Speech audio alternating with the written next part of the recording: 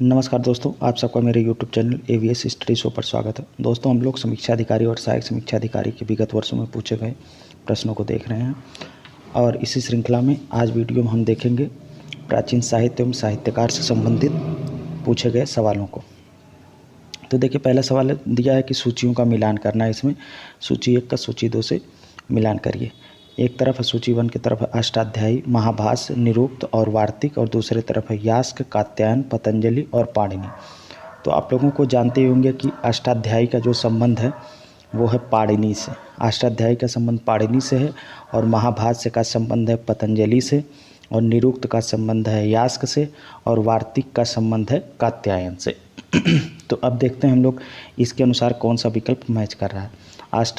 अष्टाध्यायी का पाणिनि मतलब ए का 4। देखिए, अगर किसी को एक भी आता रहा होगा, ये देखिए 2017 में पूछा गया है मुख्य परीक्षा में। अगर एक भी विकल्प को एक भी कोई मैच करा लिया होगा तो वो इस सवाल को बहुत आसानी से। अष्टाध्यायी का पाणिनि देखिए तो केवल एक ही है, ए का 4, मतलब ऑप्शन ए इसमें जो है वो सही है। अब देखिए, अष्टाध्यायी के बारे में थोड़ा सा आपको पता होना चाहिए। अष्टाध्यायी दोस्तों, अष्टाध्यायी जो है ये महर्षि पाणिनि के द्वारा रचित एक संस्कृत व्याकरण है, और एक संस्कृत व्याकरण है, और व्याकरण का यह प्राचीन ग्रंथ है। संस्कृत व्याकरण का यह प्राचीन ग्रंथ है। और अष्टाध्यायी जो है ये 6 वेदांगों में मुख्य माना जाता है। 6 वेदांगों में से यह जो है कि मुख्य माना जाता है। और महाभाष्य में अष्टाध्यायी को सर्ववेद परिषद शास्त्र कहा गया है। महाभाष्य में क्या कहा गया? अष्टाध्यायी को सर्ववेद परिषद शास्त्र। और भारतीय अनुश्रुतियों के अनुसार पाणिनि जो थे ये जो है कि नंदों के समकालीन थे। पाणिनि किसके समकालीन थे? नंदों के। और जो नंदों के जो राजा थे, नंद शासक महापद्मनंद, वो माना जाता है कि इनके मित्र थे, पाणिनि के मित्र थे। तो इनका समय कभी कभी पूछा जाता है कि ये किस समय के थे, तो ये 5वीं शताब्दी ईसा पूर्व के थे। कौन? पाणिनि। और अष्टाध्यायी के बारे में हमने आपको बता ही दिया कि यह संस्कृत व्याकरण का एक ग्रंथ है। अब देखिए, महाभाष्य के बारे में पूछा है, तो महाभाष्य का भी आपने संबंध देखा कि महाभाष्य का संबंध आपका जो है कि पतंजलि से है। तो पतंजलि ने जो है कि पाणिनि के अष्टाध्यायी के कुछ चुने हुए सूत्रों पर जो है कि भाष्य लिखी, जिसे व्याकरण महाभाष्य का नाम दिया गया। और संस्कृत ने 3 महान व्याकरणों, संस्कृत के जो है कि 3 महान व्याकरणों में पतंजलि भी एक हैं। जो अन्य 2 महान व्याकरण हैं उनको माना जाता है पाणिनि और कात्यायन। और महाभाष्य में जो है कि शिक्षा, व्याकरण और निरुक्त, इन 3 चीज़ों पर चर्चा हुई है। अब देख लेते हैं निरुक्त क्या है। निरुक्त शब्द की जो उत्पत्ति है, निरुक्त शब्द जो है कि उत्पत्ति, शब्द वर्गीकरण व शब्दार्थ विज्ञान पर एक तकनीकी प्रबंधन है। निरुक्त क्या है? शब्द उत्पत्ति, शब्द वर्गीकरण और शब्दार्थ विज्ञान पर एक तकनीकी प्रबंधन है। और इसके लेखक जो हैं निरुक्त के, वो हैं यास्क। और यास्क को शाक्त्यायन का उत्तराधिकारी माना जाता है, जो वेदों के व्याख्यान करता थे। वररुच के बारे में देख लीजिए। वररुच जो हैं ये कात्यायन पाणिनि सूत्रों के प्रसिद्ध वार्तिककार हैं। और वररुच कात्यायन के वार्तिक पाणिनि व्याकरण के लिए अति महत्वशाली सिद्ध हुए हैं। तो इस तरह से एक पहले प्रश्न से संबंधित जो है कि इतने तथ्य आपके जानकारी के लायक थे। अब बढ़ते हैं अगले प्रश्न की तरफ। प्रश्न नंबर 2 देखिए, इसमें एक तरफ दरबारी कवि दिया है, दूसरी तरफ दिया है कि किस राजा के संरक्षण में या किस राजा के दरबार में ये रहते थे। तो अमीर खुसरो को आप लोग जानते हैं कि अलाउद्दीन खिलजी के दरबार में रहते थे। कालिदास जो थे ये चंद्रगुप्त द्वितीय के दरबार में रहते थे। हरिसेन जो है ये समुद्रगुप्त के दरबार में रहते थे। और बाणभट्ट जो है ये हर्षवर्धन के दरबार में रहते थे। तो इस हिसाब से हम लोग मैच कराते हैं, देखते हैं कौन सा विकल्प सही है। अमीर खुसरो का अगर हम अलाउद्दीन से मैच कराते हैं तो ए का 4। 2 विकल्प देखिए, बी और सी मैच कर रहे हैं, बाकी ए और डी तो अभी से गलत हो गया। अब कालिदास का देखेंगे। कालिदास जो चंद्रगुप्त द्वितीय के दरबार में रहते थे, तो बी का 1, ए का 4 और बी का 1। तो इस तरह से आपका ऑप्शन बी जो है कि सही हो जाएगा। अब देखिए, कालिदास जो हैं ये चंद्रगुप्त द्वितीय के जो है कि दरबारी कवि थे। चंद्रगुप्त के जो है कि 9 रत्न थे। चंद्रगुप्त द्वितीय के इन जो है कि 9 इनके जो नवरत्न थे, इन कौन से लोग नवरत्न में इनके आते थे उनको देख लीजिए। देखिए, चंद्रगुप्त द्वितीय विक्रमादित्य के 9 रत्न। पहले हैं महाकवि कालिदास, और वैसे नंबरिंग मतलब ये 9 है, हमने नंबरिंग करके लिख दिया है। और दूसरे नंबर पे आप देखेंगे कि महान चिकित्सक धन्वंतरी, मतलब इनके ही दरबार में रहा करते थे। और महान खगोल विज्ञानी जो वाराहमिहिर थे वो भी चंद्रगुप्त के 9 रत्नों में से एक थे। और कोशकार डिक्शनरी निर्माणकर्ता अमर सिंह भी जो है कि इनके 9 रत्नों में से एक थे। वास्तुकार शंकु भी थे इनके 9 रत्नों में से एक। रत्नफलित ज्योतिषी छपड़क भी इनके 9 रत्नों में से एक थे। और व्याकरण वरुरुचि अभी देखा जिनके बारे में आपने, ये भी जो है कि इनके जो है कि चंद्रगुप्त द्वितीय के 9 रत्नों में से एक थे। और महान कूटनीतिज्ञ घटकरपर भी इनके 9 रत्नों में से एक थे। और जादूगर बेताल भट्ट ये भी चंद्रगुप्त द्वितीय के 9 रत्नों में से एक थे। तो ये चंद्रगुप्त द्वितीय के 9 रत्न हैं, इनको आप ऐसे नोट कर लीजिएगा। पूछा जाता है कि निम्नलिखित में से कौन से जो है कि चंद्रगुप्त द्वितीय के 9 रत्नों में शामिल थे या नहीं थे, या किसी एक के बारे में इसे पूछ लेगा क्या ये चंद्रगुप्त द्वितीय के 9 रत्नों में शामिल थे या नहीं थे। या फिर जैसे यहाँ पे सवाल बनाया कि दरबारी कवि कौन थे, तो विकल्प में एक आध इनके इस तथ्य से जो है कि रहेगा। अब बढ़ते हैं क्वेश्चन नंबर 3 की तरफ, देखते हैं क्वेश्चन नंबर 3 क्या है। क्वेश्चन नंबर 3 है कि गीत गोविंद काव्य के रचयिता कौन है। तो गीत गोविंद काव्य के रचयिता हैं जयदेव। जयदेव बंगाल के जो है कि अंतिम सेन शासक लक्ष्मण सेन के जो है कि आश्रित कवि थे। और इनमें जो है इसमें जो 12 सर्ग हैं, किसमें, गीत गोविंद में।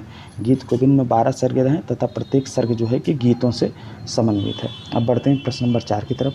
देखिए आर्यभट्ट थे भारतीय राजनीतिज्ञ, भारतीय गणितज्ञ एवं खगोल शास्त्री, भारतीय संस्कृत के विद्वान एवं कवि, इनमें से कोई नहीं। तो आर्यभट्ट जो थे ये भारतीय गणितज्ञ एवं खगोल शास्त्री थे। और इनकी जो प्रसिद्ध पुस्तक है उसका नाम है आर्यभट्टीयम। इसमें बताया गया है कि सूर्य स्थिर है और पृथ्वी उसका चक्कर लगाती है। तो माना जाता है कि सबसे पहले जो वर्तमान समय में कॉन्सेप्ट चल रहा है कि सूर्य स्थिर और पृथ्वी उसका चक्कर लगाती है, इन्होंने ही जो है कि बताया था आर्यभट्ट अपनी किस किताब में, आर्यभट्टीयम में। अब बढ़ते हैं अगले सवाल की तरफ। क्वेश्चन नंबर 5, मत विलास प्रहसनम का लेखक कौन था। गौतमी पुत्र सातकर्णी, महाक्षत्रप रुद्रदामन, महेंद्र वर्मन और पुलकेशिन द्वितीय। तो इसके लेखक थे महेंद्र वर्मन। कौन थे, ऑप्शन सी महेंद्र वर्मन। मत विलास प्रहसन जो है कि एक संस्कृत नाटक है और इसके लेखक जो है कि महेंद्र वर्मन है। महेंद्र वर्मन जो है कि किस वंश के शासक हैं, ये पल्लव वंश के शासक है, ये पल्लव नरेश थे। और इसमें जो है कि ये अब देखिए मत विलास प्रहसन में किस चीज़ का जिक्र है, इसमें जो है कि सामाजिक एवं धार्मिक जीवन के बारे में बताया गया है। और यह एक परिहास नाटक है जिसमें धार्मिक आडंबरों पर कटाक्ष किया गया, मत विलास प्रहसन। तो आपसे मत विलास प्रहसन के बारे में इतने तथ्य आपने जान लिया। मत विलास प्रहसन क्या था, एक संस्कृत नाटक था, इसके लेखक कौन थे, महेंद्र वर्मन। महेंद्र वर्मन प्रथम, महेंद्र वर्मन जो है कि किस शासन के थे, किस शासन वंश के थे, तो ये पल्लव वंश के थे। और इसमें किस चीज़ का जिक्र है, तो इसमें जो है कि तत्कालीन सामाजिक एवं धार्मिक जीवन के बारे में बताया गया है। और ये किस नेचर का है, किस प्रकृति का नाटक है, ये एक परिहास प्रकृति का नाटक है। और इसमें क्या बताया गया, इसमें जो है कि धार्मिक आडंबरों पर कटाक्ष बताया गया है। अब बढ़ते हैं क्वेश्चन नंबर 6 की तरफ। क्वेश्चन नंबर 6 देखिए, निम्नलिखित में से किसने काल्पनिक वैज्ञानिक उपकरणों पर पुस्तक लिखी। देखिए इसमें हम इसलिए टिक कर दिए हैं कि विकल्प में इसमें भोज माना गया था सही, लेकिन बाद में जो है कि एग्जाम के बाद स्टूडेंट्स ने, प्रतियोगी छात्रों ने क्लेम किया तो इसका सही उत्तर गोविंदराज माना गया। तो काल्पनिक वैज्ञानिक उपकरणों पर पुस्तक जो लिखी गई है, जो है कि किसने काल्पनिक वैज्ञानिक उपकरणों पर पुस्तक लिखी, तो गोविंदराज ने लिखा है। गोविंदराज ने जो है कि काल्पनिक वैज्ञानिक उपकरणों पर पुस्तक लिखी है। और देखिए क्वेश्चन नंबर 7 की तरफ बढ़ते हैं। क्वेश्चन नंबर 7 में दिया है कि हर्ष ने निम्नलिखित में से किन राजाओं का लेखन किया है। हर्ष ने किन रचनाओं का जो है कि लेखन किया है। प्रियदर्शिका का, नागानंद का, हर्षचरित का, रत्नावली का। तो इसने किया है प्रियदर्शिका का भी किया है और नागानंद का भी किया है और रत्नावली का। हर्षचरित का जो है कि ये नहीं किया है। हर्षचरित तो आप जानते हैं कि बाढ़ इसका जो दरबारी कवि था बाढ़, उसने किया, बाढ़ भट्ट ने। तो हर्ष को जो है कि संस्कृत के 3 नाटकों ग्रंथों का रचयिता माना जाता है, प्रियदर्शिका का, रत्नावली का और नागानंद का। ये आप नोट कर लीजिएगा, किसका किसका, प्रियदर्शिका का, किसका मतलब कि प्रियदर्शिका का, नागानंद का और रत्नावली का। इन तीनों नाटकों का जो है कि रचनाकार माना जाता है हर्ष को ही, जिसमें वत्सराज उदयन के अंतःपुर की हाँ देखिए प्रियदर्शिका जो है कि प्रियदर्शिका ये वाला मतलब कि ये, अब देखिए एक एक में क्या बताया गया। प्रियदर्शिका में जो है कि क्या वर्णन है, तो ये 4 अंकों का एक नाटक है जिसमें वत्सराज उदयन के अंतःपुर की प्रणय कथा का वर्णन है। और रत्नावली में क्या है, रत्नावली में भी जो है कि 4 अंक हैं और यह नाटक जो है यह नाटक वत्सराज उदयन तथा उसकी रानी वासोदत्ता की परिचारिका नागरिका की प्रणय कथा का बड़ा ही रोचक वर्णन इसमें जो है कि किया गया है। और नागानंद में जो है कि बौद्ध धर्म से प्रभावित रचना, इसमें जो है कि 5 अंक हैं। अभी आपने देखा कि इसमें जिसमें जो है कि रत्नावली में आपने देखा कि वत्सराज उदयन तथा उसकी रानी वासोदत्ता की परिचारिका के बारे में जो जिक्र है, तो एक जगह और आपने देखा होगा कि वत्सराज उदयन और जो है कि इसका वासोदत्ता का एक जगह और जिक्र मिलता है। तो वो क्या था, उस रचना का नाम था स्वप्न वासोदत्ता। यह जो है कि भास के द्वारा लिखी गई रचना थी, संस्कृत नाटक था। और इसमें जो है कि उदयन को नायक के तौर पे और नायिका जो है कि वासोदत्ता को दिखाया गया था। तो यहाँ पे जिक्र आया का जो है कि उदयन का और वासोदत्ता का, तो हमने बता दिया। अब बढ़ते हैं अगले क्वेश्चन की तरफ। अब देखिए अगला क्वेश्चन है आपका, हाँ देखिए इस चैप्टर से जितने सवाल थे वो ख़त्म हो गए। अब है चैप्टर का नाम है पूर्व मध्यकाल। पूर्व मध्यकाल से संबंधित देखिए कौन कौन से सवाल बने हैं। तो पूर्व मध्यकाल में पहला सवाल बना है कि भोजशाला मंदिर की अधिष्ठात्री देवी हैं। भोजशाला मंदिर की अधिष्ठात्री देवी हैं, ऑप्शन में दिया है भगवती दुर्गा, भगवती पार्वती और भगवती लक्ष्मी, भगवती सरस्वती। तो भोजशाला मंदिर की जो अधिष्ठात्री देवी हैं वो हैं भगवती सरस्वती। अब देखिए भोजशाला मंदिर है कहाँ, भोजशाला मंदिर मध्य प्रदेश के धार जिले में स्थित है। और यहाँ पर जो है कि सरस्वती देवी की मूर्ति जो है कि स्थापित की गई, मतलब वही पूजी जाती हैं। और भोजशाला मंदिर का निर्माण किसने करवाया था, परमार शासक राजा भोज ने संस्कृत पाठशाला के रूप में इसका जो है कि निर्माण कराया था। अब चलिए बढ़ते हैं अगले सवाल की तरफ।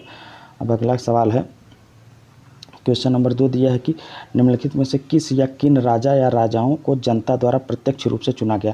मतलब इनमें से कौन से ऐसे राजा थे जो डेमोक्रेटिक तरीके से आज जैसे लोग चुने जाते हैं जनता के द्वारा, उस तरह से चुने गए थे। हर्षवर्धन, गोपाल, यशोवर्मन, नंदीवर्मन, पल्लवम। ऑप्शन में है कि केवल 1, 2 और 4, 2, 3, 4, केवल 2, 4 और केवल 2, 3। तो इसका जो सही उत्तर है वो है आपका केवल 2 और 4। कौन 2 और 4, 2 और 4 पे मतलब गोपाल और नंदीवर्मन पल्लवम।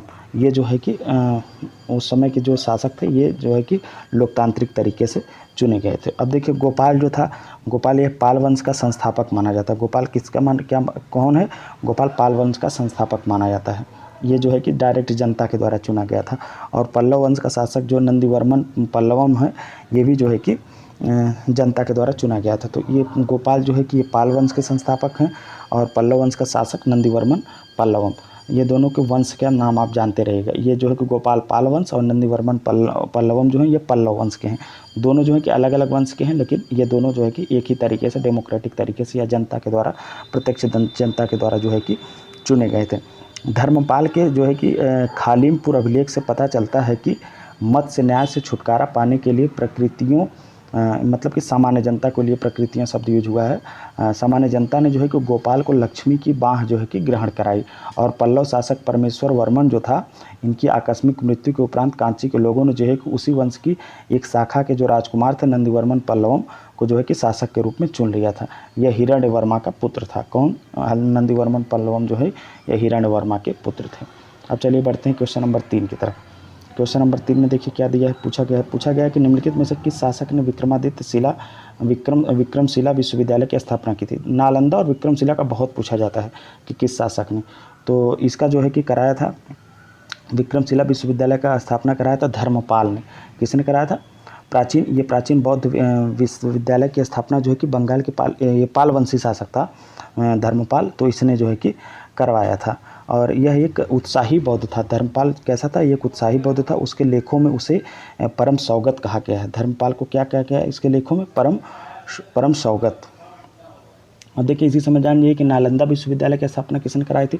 तो नालंदा विश्वविद्यालय की स्थापना गुप्त काल के दौरान हुई थी 5वीं सदी में। और किसने कराया था, कुमारगुप्त ने। तो लिख लीजिएगा आप लोग, कुमारगुप्त ने जो है कि नालंदा विश्वविद्यालय की स्थापना कराई थी। किस समय के दौरान कराया था, गुप्त काल का शासक था यह कुमारगुप्त प्रथम, उसने कराया था। और जो 5वीं सदी में जो है कि कराया था। तो आपने देख लिया कि नालंदा विश्वविद्यालय से जहाँ सवाल बनता है वो हमने बता दिया। विक्रमशिला का धर्मपाल ने कराया था। ये पाल वंश का जो है कि पाल वंश का ये शासक था।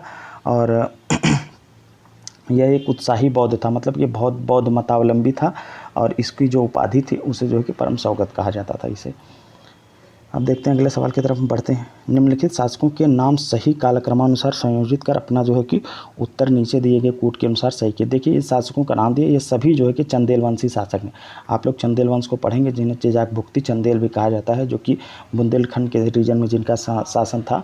तो ये सभी शासकों के नाम दिया और इनका जो है कि क्रोनोलॉजी पूछा है कि कौन शासक किस समय किसके बाद कौन सा शासक ने जो है कि शासन किया। तो इसमें देखेंगे तो आप यशो वर्मा जो है कि सबसे पहले रहता है। तो तीसरा देखिए, तीसरा कहाँ है, तो तीसरा 2 विकल्प में, एक ए और सी में। यशो वर्मा के बाद जो शासन करता है, यशो वर्मा के बाद जो शासन करता है उस शासक का नाम है धंग। देखिए यशो वर्मा के बाद धंग, मतलब कि 3 के बाद 2, 3 के बाद 2, इस तरह से ऑप्शन ए जो है कि सही हो जाएगा। कौन सा ऑप्शन सही होगा? ऑप्शन ए, ऑप्शन ए सही हो जाएगा। मतलब कि यशो वर्मा को यशोवर्मन ही यशोवर्मन भी कहा जाता है। यशो वर्मा के बाद है धंग के बाद है विद्याधर के बाद जो है कि कीर्ति वर्मा है। अब देखिए ये शासन कब से कब कर रहे थे, तो जो यशो वर्मा या यशोवर्मन है इसका शासन काल था 700 से लेकर के 740 ईस्वी। कब था? 700 से लेकर के 740 ईस्वी। और धंग जो था ये भी चंदेल वंशी शासक है, इसका शासन काल था 940 से लेकर के 1008। देखिए 700 से लेकर के 740 वो था, ये 940 से लेकर के 1008 ईस्वी था। और 940 से 1008 ये था धंग जो शासक था। विद्याधर, देखिए विद्याधर उसके बाद विद्याधर 1003 से लेकर के 1035 ईस्वी तक शासन करता है। और कीर्ति वर्मा जो है, कीर्ति वर्मा शासन करता है 1060 से लेकर के 1100 ईस्वी तक। ये सब जो है कि पूर्व मध्यकाल, मतलब उस समय मध्यकाल की धीरे धीरे शुरुआत हो रही है और जो प्राचीन काल है या एंशिएंट हिस्ट्री उसका धीरे धीरे समापन हो रहा है अध्ययन की सुविधा के हिसाब से। तो इसलिए जो है कि ये सब जो है कि पूर्व मध्यकाल के शासक हैं, चंदेल वंश के शासक हैं। अब देखिए चंदेल वंश के बारे में थोड़ा सा आप लोग जान जाइए कि चंदेल वंश जो है ये बुंदेलखंड में चंदेल राजपूत वंश की स्थापना किसने करी थी? नन्नुक के द्वारा इनकी स्थापना की गई थी 9वीं सदी में। और उसने जो है कि खजुराहो को अपनी राजधानी बनाया था। नन्नुक ने खजुराहो को अपनी राजधानी बनाकर यहाँ पर शासन करना शुरू किया था। नन्नुक के पश्चात जो है कि वाकपति, जयशक्ति, राहिल तथा यशोवर्मन ने क्रमशः शासन किया था। कौन कौन नन्नुक के बाद शासन किए थे?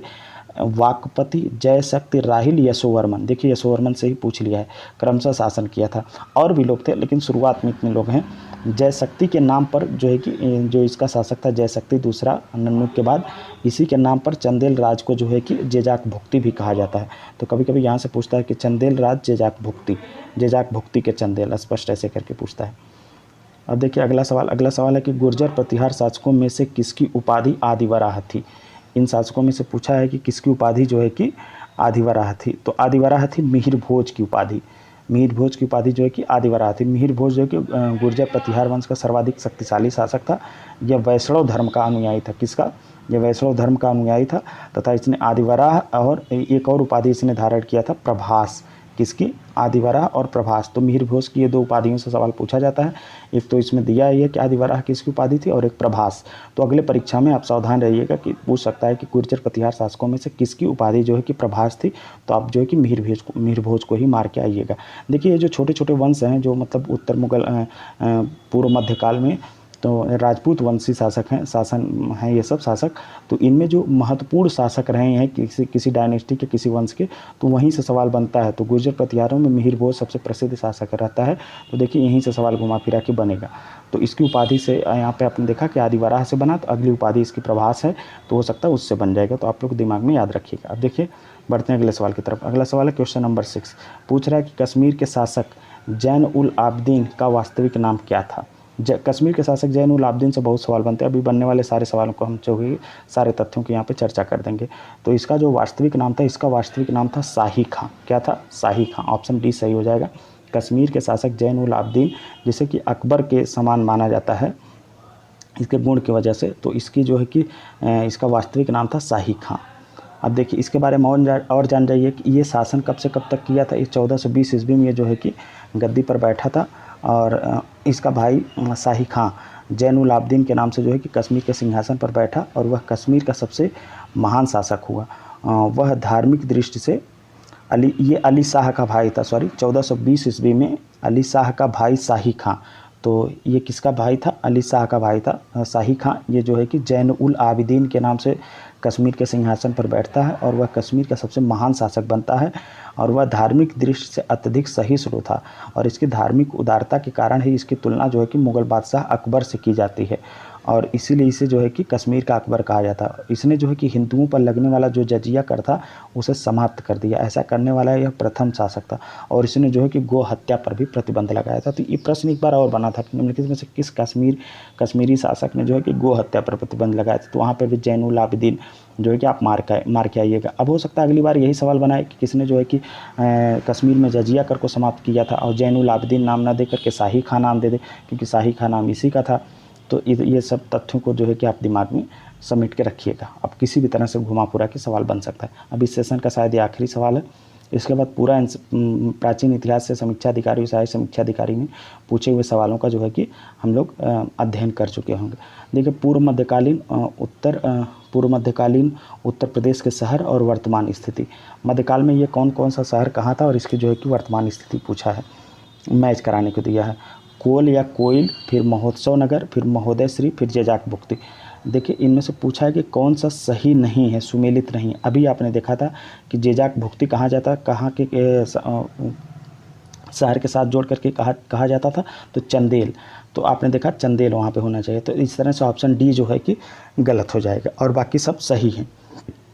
कोल या कोयल जो उस समय नाम था वो वर्तमान में आज अलीगढ़ है और जो महोत्सव नगर था वो वर्तमान में उसे महोबा कहते हैं और महोदय श्री को कन्नौज कहते ही हैं। जेजाक भुक्ति जो था ये बुंदेलखंड के लिए प्रयोग होता था, जहाँ पे चंदेलों का जो है कि शासक था। तो इस तरह से आज का वीडियो जो है कि इतना ही था और इस तरह से हम लोगों ने समीक्षा अधिकारी और सहायक समीक्षा अधिकारी में पूछे गए प्राचीन इतिहास खंड से जितने भी सवाल बने थे हमने उनको कवर कर लिया। आशा करता हूँ कि आपको मेरा ये प्रयास अच्छा लगा होगा और अगर वीडियो अच्छा लगा हो, मेरा प्रयास अच्छा लगा हो तो मुझे सराहिए, वीडियो को जो है कि लाइक करिए और चैनल को सब्सक्राइब करिए। धन्यवाद।